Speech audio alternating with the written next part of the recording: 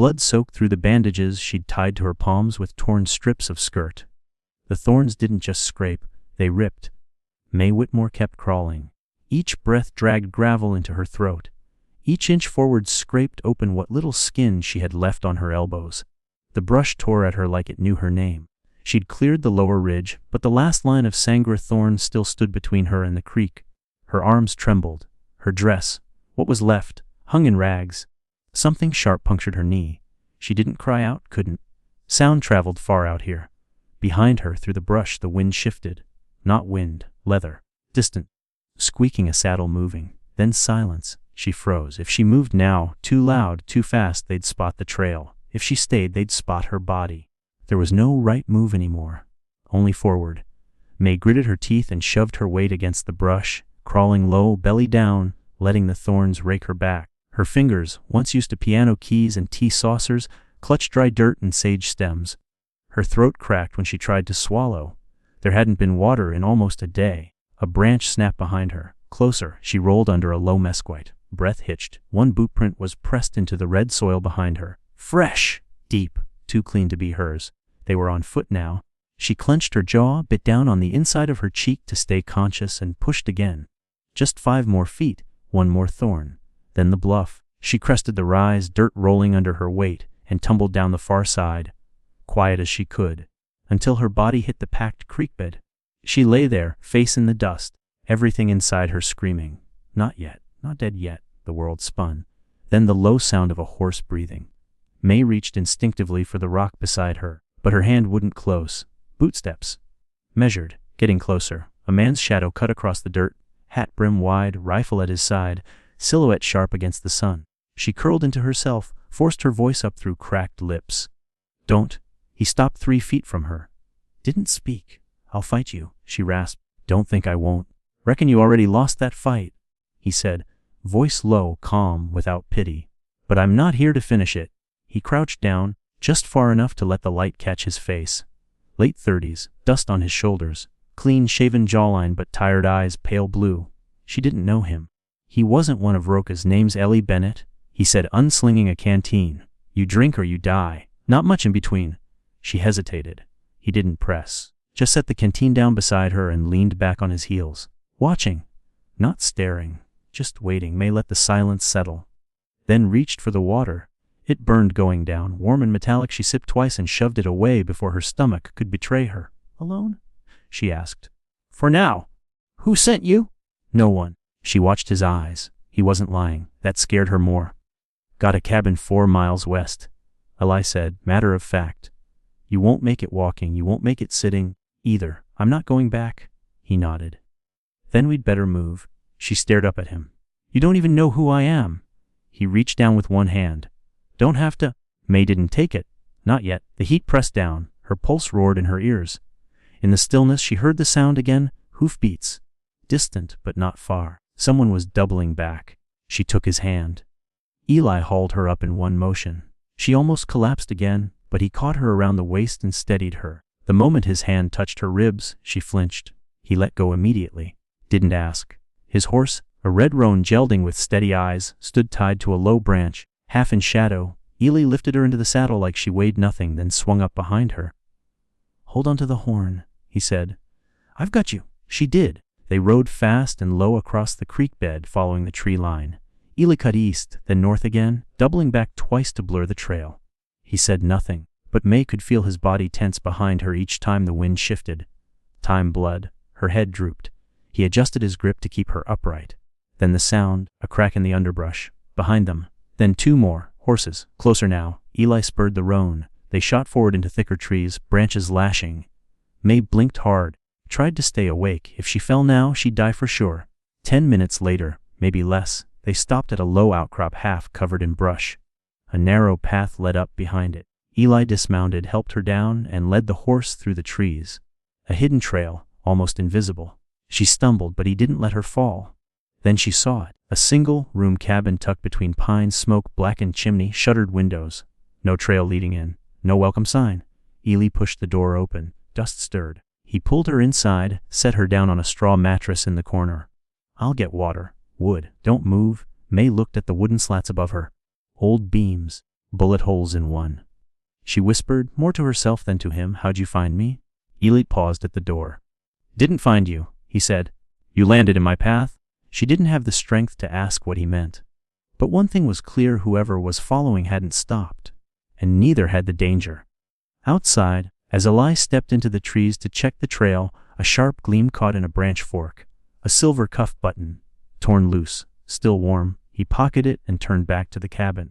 They weren't far behind. She didn't know it yet, but someone out there already knew her name. The fire snapped once, sending sparks into the drafty corners of the cabin. May sat hunched on the straw mattress, legs drawn up, the blanket around her shoulders thin as paper. Every inch of her skin throbbed, a dull thudding pain like storm clouds trapped under her skin. The Thorns had done their work. Eli hadn't said much after hauling her in. He'd built the fire fast, clean, with hands that knew what they were doing. Then water. Then he'd pulled a small tin box from a shelf and set it beside the fire without a word.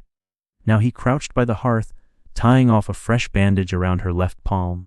His hands were rough, knuckles scarred, but his touch was precise, gentle even. "Stop holding your breath," he said without looking up. May exhaled. She hadn't realized she'd been doing that. "Not gonna make you talk," he added, glancing at her just once. "But I need to clean this cut or it's gonna turn black before morning." "I didn't ask you to," she muttered, but didn't pull away. The cloth hit the gash again, soaked in something sharp and cold. She bit down hard on the edge of the blanket. He paused, waited, then continued. No apologies. Silence stretched between them, filled only by the pop of sap in the fire and the whistle of wind leaking through the shutters. Finally, Eli leaned back on his heels and poured the rest of the liquid over a rag into the flames. It hissed like a snake. He stood and crossed the room, grabbing a battered kettle. Water sloshed inside as he set it to boil. "You gonna tell me your name?" he asked, voice casual, but not idle. May hesitated. She hated how dry her voice still sounded. "My," he nodded once. "Last name, doesn't matter now. You always been from around here. May doesn't matter now."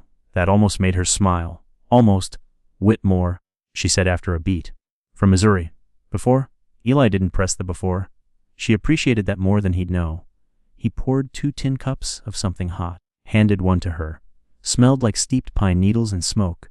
It burned going down, but it hit deep, spreading heat to her ribs. "You were running long," he said, "judging by your hands." Your face May nodded. "They'll come after you." She hesitated. "Then yes." He nodded again, like he'd already known. "Then you can't stay here?" That caught her off guard. She looked up. "Then why bring me?" He didn't flinch. "Because out there you'd have died before sundown." The wind howled outside just then, sharp and sudden, like something had slammed against the outer wall. She jumped. "Cabin's old," Eli said, "but solid.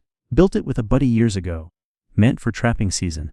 No one comes up this way but deer and ghosts." May studied him carefully. His face gave nothing away, but his eyes were never still, scanning the window, the door, her wounds. Measuring the hours they had left. "You don't talk like the others," she said. "Don't know who the others are?" "The men who paid for me." "Or paid to watch me?" Eli didn't move. Didn't blink. Just let the words hang. "I didn't belong to him?" She added softer. "Not really. But try telling that to a man with a mine and 5 armed guards." A long silence. Then Eli stood and tossed another log on the fire. "You need more than rest," he said finally. "You need distance. Time. And somebody who's not afraid of a fight. And that's you." He didn't answer. Instead, he walked to the window, pushed one of the shutters open a crack, and looked out into the dark. May couldn't see what he saw, but the tension in his shoulders changed. Subtle, but real. "What?" she asked. "Thought I heard something earlier," he said. "Not sure." May gripped the tin cup tighter. "They could already be tracking me." "They could, but not tonight. No firelight leaks. Horse is tied down behind the outcrop. Trail's covered." He shut the shutter and turned back toward her. For the first time, almost too quiet to hear. "But come morning we move." May licked her lips. "Move where?" Eli set down his cup. "Got someone I trust. He owes me." "Owes you for what?" He shrugged as if the answer didn't matter. "Tummaz'll take us higher. There's a place deep in the wet mountains. Old line shack. Nobody looks there. Too remote. And what happens after that?" Eli met her eyes now. "You stay hidden. Heal. And then you decide what comes next." May blinked. The fire flickered against the wall, painting moving shadows over his face. She thought about asking why he was really helping her, what he wanted in return, but some part of her already knew he wasn't the kind of man who asked for repayment. Still, trust didn't come easy. Not after 6 months in that cellar, not after the girl before her, Ellie, was that her name? Bled out on the stone floor because she tried to run too soon. Her throat closed. She set the cup down and turned toward the wall, her voice flat. You don't know what kind of mess this is. Rourke's men, they don't care about law. They don't knock. They burn. They hang people on rumors. Eli didn't interrupt. Didn't contradict. Finally, May said, If you help me, you'll be hunted too. I've been hunted before, he said. Wasn't much fun, didn't kill me? You don't even know me, she whispered. No, Eli said. But I saw your hands? May didn't answer. She couldn't. She stayed like that for a long time, face to the wall, eyes open but unfocused. She thought of her father's old travel satchel, the one Rourke had kept like a trophy. She thought of the music sheets hidden inside, the pressed flower she'd tucked between the pages at the edge of Missouri. Everything she was, burned, buried, traded. Eli rolled out a thin mattress near the door and unbuckled his gun belt, placing it within reach. He checked the latch on the door once more, then settled in. The fire dimmed. Somewhere outside an owl hooted. May whispered into the dark, not sure if he'd hear. Why'd you really stop to help me? Eli answered without opening his eyes. Because someone should have helped my mother. No one did. She felt the answer like a stone dropped in still water, heavy, final, and not open for questions. The fire sighed low. May pulled the blanket tighter. Her hands throbbed again. But somewhere beneath the ache, a slow warmth spread, like something broken was remembering how to mend. The last thing she saw before her eyes drifted shut was Eli's silhouette, rifle resting across his chest, already half asleep but ready still. If he was a wolf, she thought, he was the kind that stands between you and the dark. And somewhere in the woods, beyond the silence, a pine branch cracked under a heavy boot. The knock wasn't loud, just 2 short taps, then silence. Eli didn't move from where he stood at the stove, stirring something in an old cast iron pan. But May saw the shift in him. His shoulders squared slightly, and his right hand brushed the handle of the pistol on his hip. Another tap. Slower this time. He crossed the room, unlatched the door, and opened it just wide enough to speak. Evening. Still cook like shit, I bet, came the voice from outside, rough low, with a dry edge like wind off stone. Eli let the door swing open. Thomas Vigil stepped into the cabin, bringing the smell of pine, sweat, and trail dust with him. He was shorter than Eli, thick in the shoulders, with dark eyes that flicked to every corner of the room before settling on May. She stiffened. He noticed. Didn't mean to spook her, he said to Eli, removing his hat. But I figure you wouldn't call unless it was serious. It's serious, Eli said. She needs safe ground. For a while, Thomas looked at May again. Not hard, not soft either, just reading. You got a name? He asked. May hesitated. Then, My Whitmore. He gave a nod like that meant something. Rourke. She flinched. Eli answered for her. Yeah, Thomas's jaw tightened, but he didn't press. Instead, he stepped aside, dropped his satchel by the door, and shrugged off his coat. Then we move by morning, he said.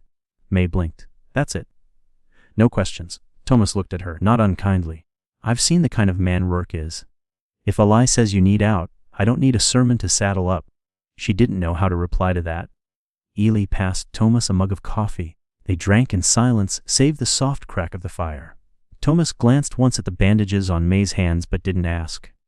Later, after the meal, they went outside to plan. May sat near the hearth, listening through the chinks in the wall. The 2 men spoke low, in the language of people who'd survived worse things together. Eli said. I figured. Saw tracks on the West Fork. Not fresh, but close.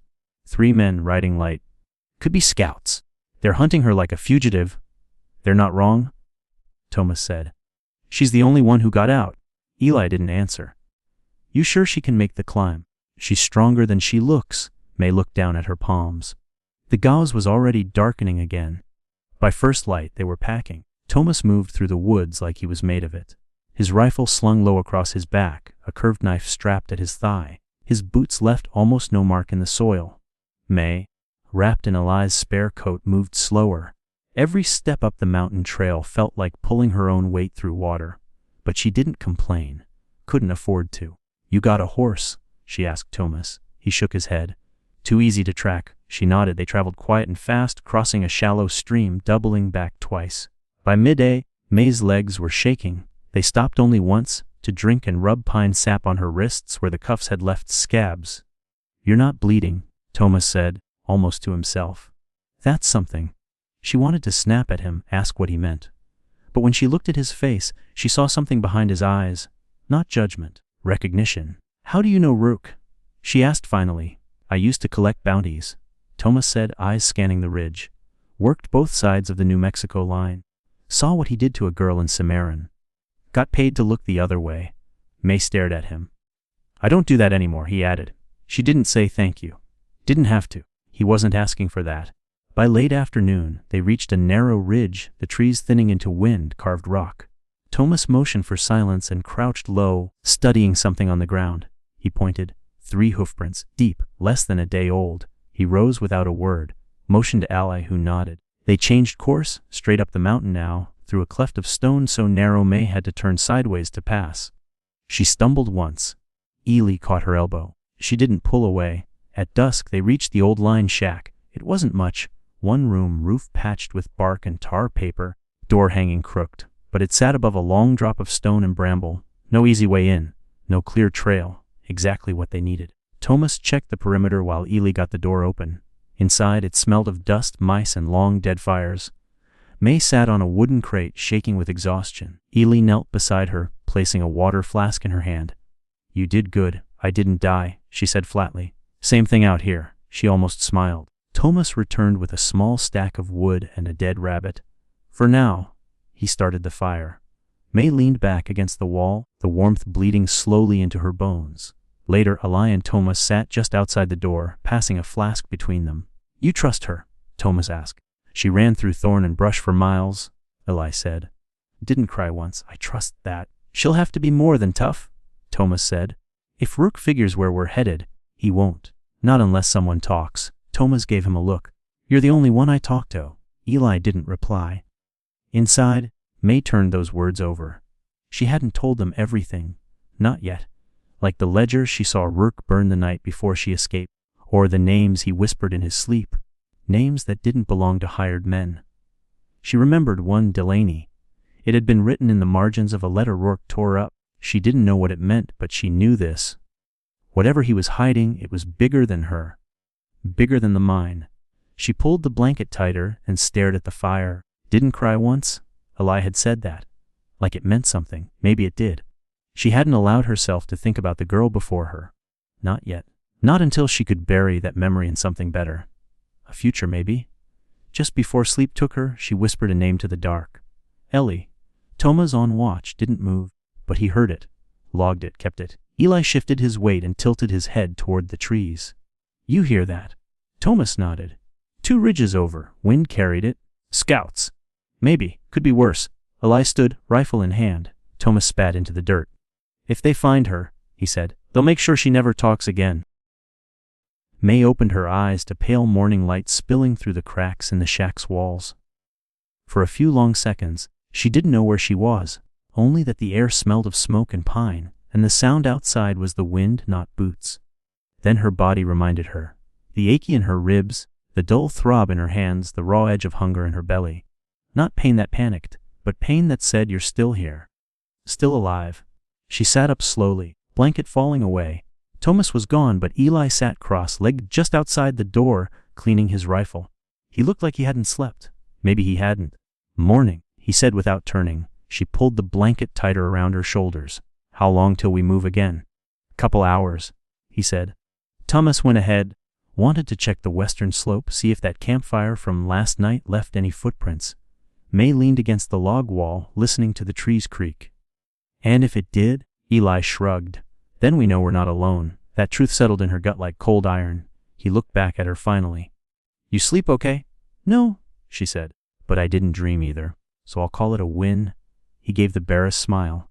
By mid-morning, Thomas returned, quiet as always. His face said enough. "They're close." 2 men, maybe 3, camped light, no pack animals. Didn't leave much behind. "Rurkst?" Ellie asked. Thomas nodded. "Same boots. Same cut of trail. Heading northeast. Toward us, not past." May stood in the doorway, her arms crossed tight. So we keep moving, eventually, Thomas said. But not yet. There's still 2 ridges out. We can buy time? Doing what? Thomas pulled out a small bundle of dry sage and tobacco, making them think we're ghosts. What followed was a long day of misdirection. Thomas left false trail markers in the East Valley. Eli used a branch to sweep away their prints. May stayed behind, boiling roots and pine bark into bitter tea, doing what she could to keep her hands moving and her mind from circling. By sundown, Thomas returned with blood on his shirt. Mayfro? Rabbit? He said. Not mine, she exhaled. He dropped it near the fire. One of theirs? Snare caught it. I left it hanging. Sent them a message. Eli looked up. You think they'll bite? I think they'll feel watched. Which is enough. They ate in silence, and afterward, May sat with her back against a rock, watching the flames. She felt scraped clean inside and out. Her body was tired, but her thoughts wouldn't still. They kept circling a single point. She couldn't just survive this. She had to make it mean something. Eli sat nearby, close but not too close. She liked that about him. He gave her space without making her feel alone. You believe in hell? She asked. He blinked. That's a turn. She stared into the fire. My mother did, said the devil waits in little things, not the fire. The match? Eli was quiet for a long moment. I think hell's just memory you can't outrun. She nodded slowly. I remember every inch of the floor in that cellar. I counted them like boards on a coffin. That where you were kept. She hesitated. Then, 6 months. Underground. Dirt walls. He'd come down when he felt like it. Eli didn't ask what he did. May didn't offer. Thomas said nothing. Just threw another log on the fire and walked off toward the dark trees, watching. Always watching. Later, after Eli checked the snares and Thomas returned from his perimeter, they sat inside the shack. A storm rolled in, light rain at first, then cold wind that howled through the gaps in the roof. They closed the shutters and lit a lantern. May wrapped herself in 2 blankets and took the corner furthest from the door. She didn't feel safe, not really, but she didn't feel hunted either. That was something. She glanced at Eli. He was sharpening a knife with slow, precise strokes. The rhythm calmed her more than the fire did. Why do you care? She asked quietly. About me. About this, he didn't look up. Because someone should. That's not an answer. He paused. Set the knife down. My mother came west when I was 5, he said. Wanted a fresh start. Worked for a family near Abilene. The man who owned the land had his own ideas about women alone. May looked at him. She went missing one night. Nobody searched long. I ended up with the cook, old man named Benton. He taught me 2 things: how to use a rifle and how to leave when the town turns its back. I'm sorry. Don't be. I remember her laugh. That's what matters. May swallowed. Her throat was tight again. Outside, the storm picked up. Wind hit the walls hard. Eli stood and checked the door latch again. Then he pulled down an old coat from a hook, walked over, and gently draped it around her shoulders without saying anything. He started to move away, but she caught his hand, just held it briefly, then let go. He sat back down without a word, and the silence that followed wasn't empty, it was full. When the storm passed, the temperature dropped. Cold as bone. The fire dimmed to coals. Thomas remained on watch, pacing the outer ridge with the rifle slung loose in his hand. May lay back, staring at the rough beams of the roof. Sleep came slow, broken. Near dawn, she woke to Ellie's voice, low and sharp. Thomas, he said. Look. May rose, heart pounding. Eli pointed down the slope. Smoke, thin, fresh, less than a mile out. Thomas lowered his spyglass. Campfire. No horses in sight. They're close, Eli muttered. Too close? May stepped outside, pulling the coat tight. You said no one comes this way. They don't, Eli said. Thomas looked at him. Then they're here for her? They moved fast.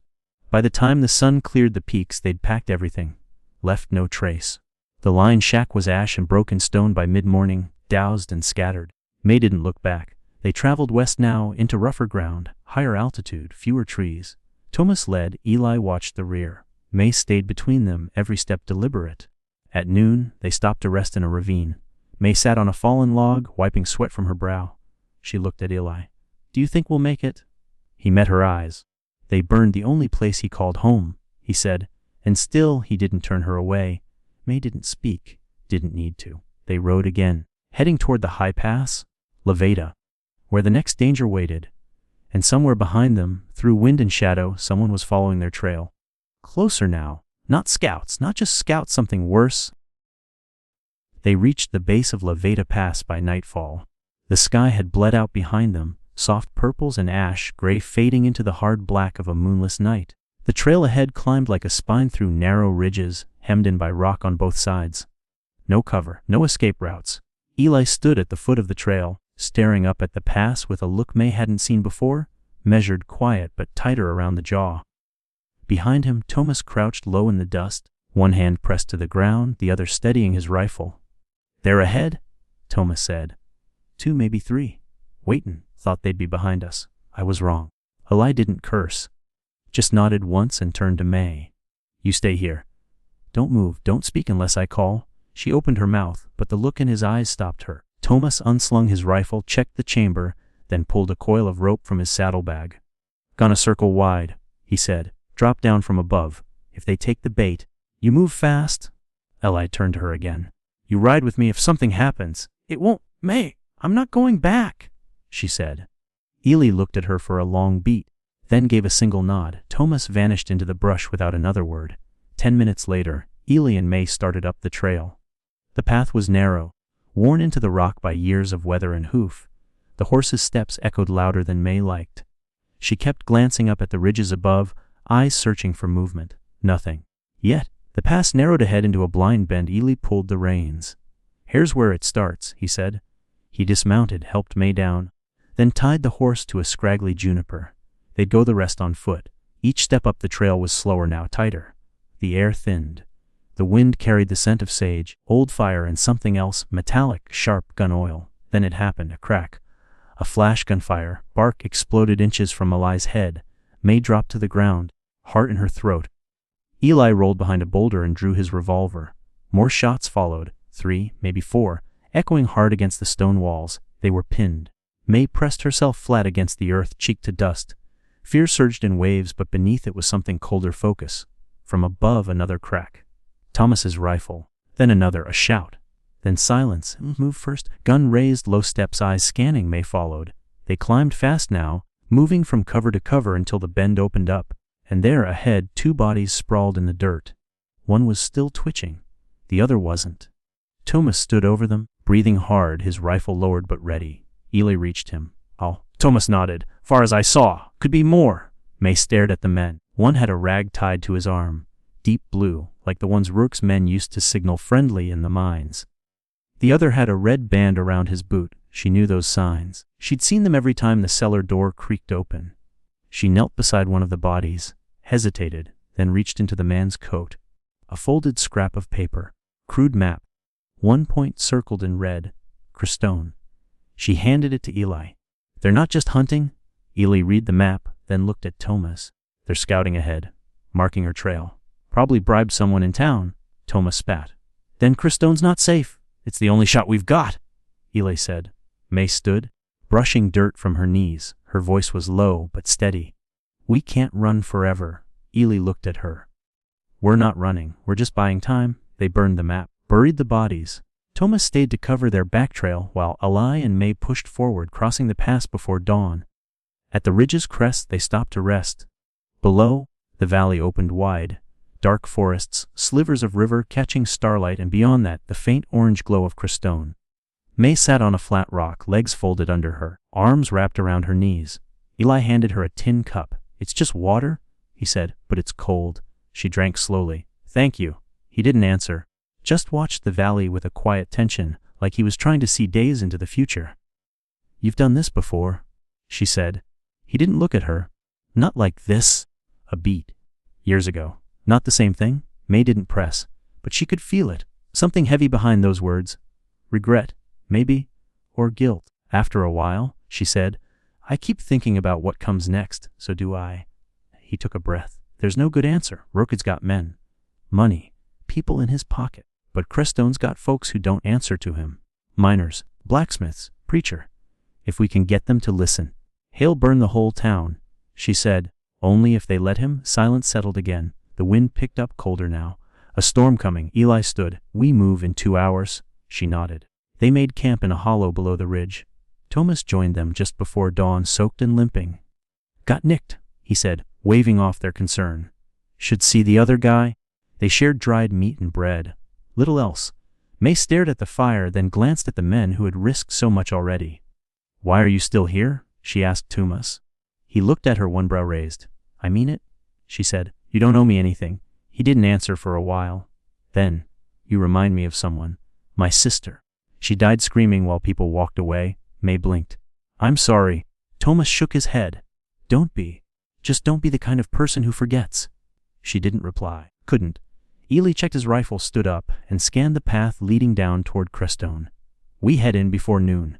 Quiet, low. We get you to someone I trust. Ooh, May asked. Blacksmith named June. Has a wife, 2 kids. Runs the forge on the edge of town. She's no coward. And then, Ely looked at her. Then we give you a voice. And if no one listens? Thomas stood and stretched. Then we make them? May nodded once. No turning back now. As they broke camp, May reached for Eli's arm. He looked at her. I'm ready. He gave a small nod. Let's go, then. They started down the trail, toward the valley, the morning sun catching the dew on the grass like sparks. He'd already lost a home. The thought echoed in her mind. Wasn't losing her too? And down below, Crestone waited, with open streets and closed doors, and one man already sharpening his knives. The clang of iron on iron rang out as they approached the outskirts of Crestone. It was a working town. One rode in 24 buildings, braced against wind and time. Dust blew low along the street, caught in the sunlight like smoke. Nobody loitered. Doors were shut. Windows cracked open just enough for eyes. Eli led them past the general store, past the saloon with its faded sign, toward the blacksmith's at the far edge of town. The forge was set back from the main strip, low, roofed and dark with soot. Smoke coiled up from its chimney, steady and clean. Thomas peeled off to watch the road. May followed Ely through the open barn door. Inside, the heat hit her first, thick and dry, curling around her face.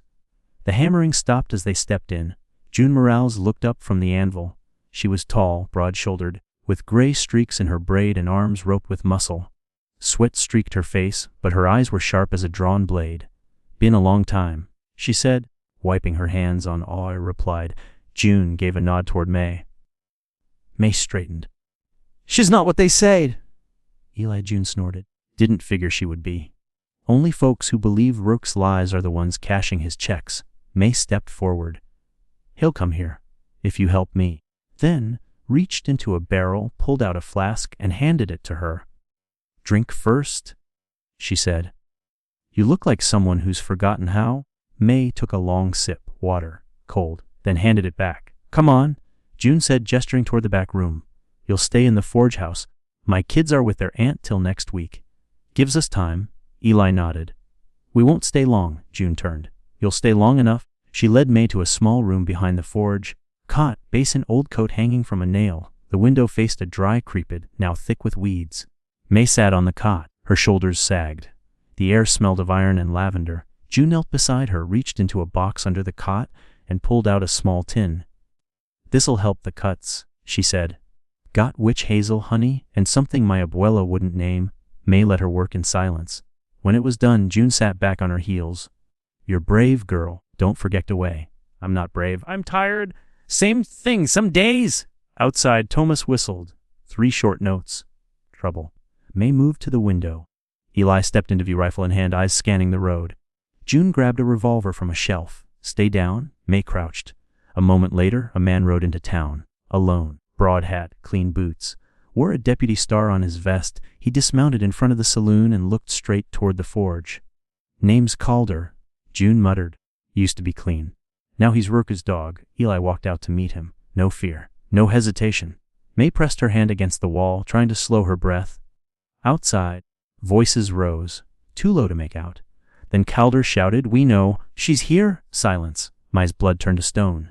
June muttered, full saying that in daylight. He wants fear to do the work for him. May stepped forward. Let me go out. No, June said. If I don't, we're not handing you over. Calder's voice again. Turn her over by nightfall or we come back with fire. Boots pounded. The door to the forge flew open. Eli stepped in, jaw tight. He's bluffing, he said. Trying to rattle us? He will burn this place, May said. He's done it before? Eli didn't deny it. June holstered her gun. We get ahead of this. Get the town on your side? May stared at her. They won't listen. They might, June said. If you tell the truth. Loud. In public. May shook her head. I'm not ready. Eli stepped in front of her. You said you didn't want to run? May looked between them. Her hands trembled, her voice cracked. He kept a ledger. I saw names. Judges. Sheriffs. One named circled Delaney. Eli stilled. I don't know who he is, she whispered, but I think he owns more than the mine. Thomas stepped inside. Delaney runs half the freight west of here. Money like that doesn't leave paper trails, I circled it. May repeated. Like it was insurance. Eli nodded slowly. Then we show the town who they're really protecting. May looked at them. At the room. At the smudges of ash on the walls and the scent of steel and sweat. If she stepped out now, there'd be no walking it back. I'll speak, she said. Tonight, they spread the word fast. By sundown, half the town gathered outside the forge. Some stood with arms folded. Others with suspicion on their faces. A few carried torches, not lit but ready. May stepped out into the dusk. The wind tugged at her coat. Her heart pounded so loud it blurred her hearing. She didn't speak at first. Just looked at them, and then she said, My name is May Whitmore. I escaped from a man named Rourke. A murmur. He kept me underground, starved me. Hurt others before me. One of them was named Ellie. She never made it out. More murmurs now. A few looked away. I don't want vengeance. I want it to stop. Silence. She held up a scrap of paper, drawn from memory, the map they'd burned. He's not just after me. He's marking towns.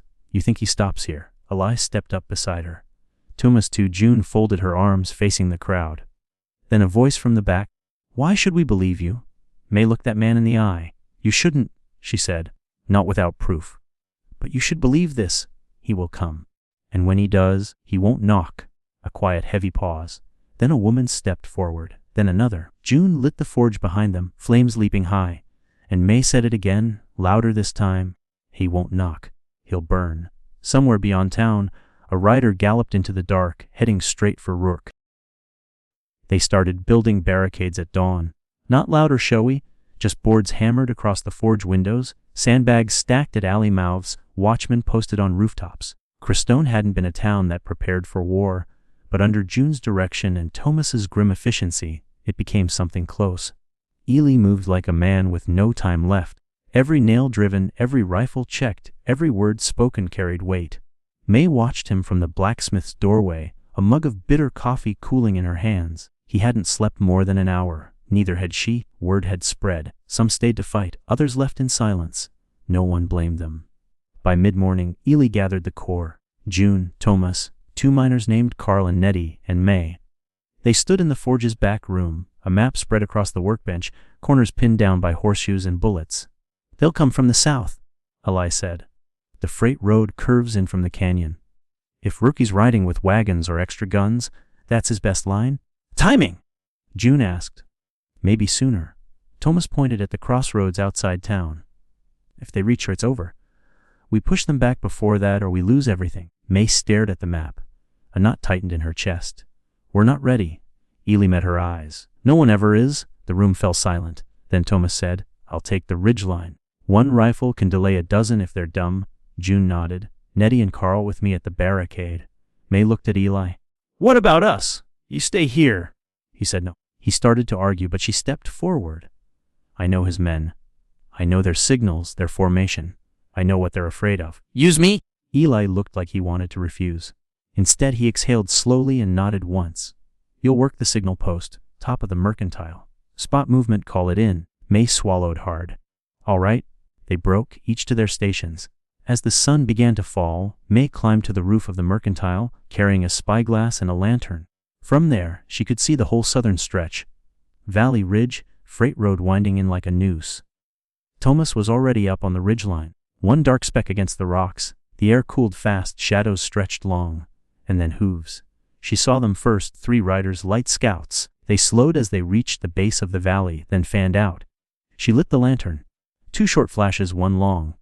Seconds later, Thomas's rifle cracked. 1 scout went down. The others retreated fast. May's heart slammed against her ribs. She lowered the glass. They're here, she whispered. Crestone reedied. June lit the forge fires, flames leaping high. Townsfolk took their places. Lee paced the central street, checking every line twice. And then, full dark, silence. Until the ground began to tremble, not loud, not dramatic. Just the steady drumbeat of horses, many horses. May raised the glass. At least a dozen riders now, maybe more behind them. They didn't charge. They rolled in slow, torches lit, confidence in their shape. Men in dusters. Rifles slung. At their center, a wagon with iron slats, and behind it, a black horse, a man on it. May's stomach dropped. Rourke. Even from a distance, she knew it was him. Broad shoulders, black gloves, face half shadowed by a wide hat. He rode like the earth owed him room. She lit the lantern again. 3 long flashes. A signal. The town braced. Rourke's men stopped 50 paces out. Long silence. Then a voice called from the dark. "You've got something of mine." June stepped out in the torchlight, rifle in hand. "She's not yours?" she said. Rourke chuckled. The sound carried, cold and cruel. "I paid for her, and I always collect." From behind him a woman dismounted, dark coat, sharp eyes. She carried a ledger under one arm. May's eyes widened. That ledger, the one Rourke burned, or had claimed to. Ely moved to the front line just behind June. "You come through here, it'll cost you," he said. Rourke tilted his head. "That's the thing, son. I've already paid." The riders fanned out. Gun barrels gleamed. Ely whispered, "Jet ready." May clenched the spyglass so tight it hurt. Then Rourke gave the signal. The first shot cracked from Thomas on the ridge. A rider fell. Then hell opened. Gunfire lit the night. The barricade roared with return shots. June fired once, twice, reloaded with the calm of a woman sharpening knives. A line moved with precision, pulling one wounded man to cover, barking orders. May ducked behind the rooftop ledge, heart pounding. From here, she could see the flanking maneuver. 2 riders sneaking wide through the north alley. She lit the lantern. 2 short, 1 long. June turned and dropped one rider mid-step, but the other got through, crashing into the back of the mercantile. May scrambled down, hands shaking. She grabbed the iron poker by the stove and pressed herself against the wall. Footsteps, fast, heavy. The door burst open. He was big, unshaven, smiling. May didn't think. She swung the poker hard, caught him across the face. He went down. She didn't wait, kicked his rifle out of reach and ran. Outside, the street was smoke and chaos. Fire leapt from a wagon. Someone screamed. She spotted Ely, blood on his shoulder, crouched behind a crate. She ran to him. "I'm okay," she gasped. "One got in. He's down." Eli looked her over. "You hurt?" She shook her head. Then a scream tore through the dark. From the forge, June. May and Ely ran. Inside, the fire roared hotter now, deliberate, accelerated. The ledger woman was there, bleeding, crawling toward the flames. May lunged and grabbed the book from her hands. The woman smiled through blood. "You'll burn with it." Ollie pulled May back just as the beam above gave way. The forge collapsed. They staggered outside, coughing, smoke choking the stars. Thomas met them in the street, dragging a wounded man. "Rourke's gone," he said. "Retreated south. But he'll be back." May held the scorched ledger to her chest, fingers burned, chest heaving. "No," she said. "He won't. Tonight," she whispered. "I became the fire." The sky broke open just before dawn. Pale light spilled over the mountains, touching the wreckage of the forge first. Smoke still rising, embers dying in the dirt. The street was quiet now. Gun barrels cooled in the dust. No more shouting, no more hoofbeats. Only the sound of wind moving through a town that had survived the night. May sat on the steps of the mercantile, a blanket wrapped around her shoulders, the burned ledger in her lap. The cover was scorched, half the pages ruined, but enough remained. Names, some signatures. A map of debts and loyalties twisted into chains. Eli sat beside her, right arm in a sling, eyes watching the horizon. He hadn't said much since the fire. Neither had she. Thomas limped over from the far side of the street, his hat pulled low. He'd spent the night burying the dead. 4 from Rourke's side, 2 from Crestone. June's forge was gone, but she lived, wrapped in bandages and stubbornness, cursing from a cot in the back of Nettie's boarding house. "We took inventory," Thomas said quietly. "Ammo's low. But spirits are high." May gave a faint smile. "That's a first." He crouched beside her and nodded at the ledger. "Gonna use it?" "I have to." "You sure?" he asked. "Burning it'd be easier." May traced a finger down the charred spine. "That's what he tried to do. Pretend none of it happened. Pretend none of us existed." Thomas stood. "Just make sure you finish it clean. No half-truths. That's how men like him keep crawling back." She met his eyes. "No half-truths." He tipped his hat and walked off, boots crunching softly in the dirt.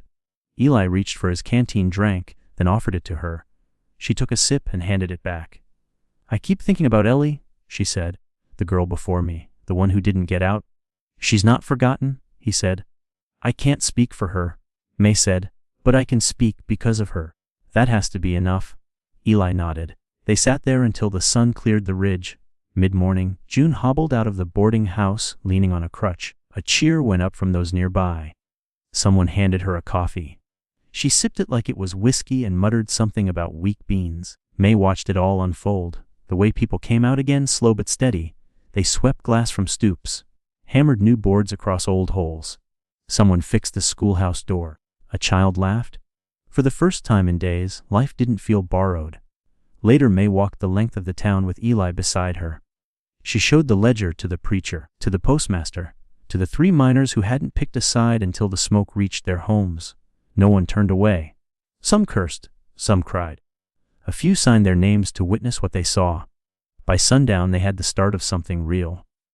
May stood in the middle of the street and looked around. It wasn't over. Rourke hadn't died in that fire.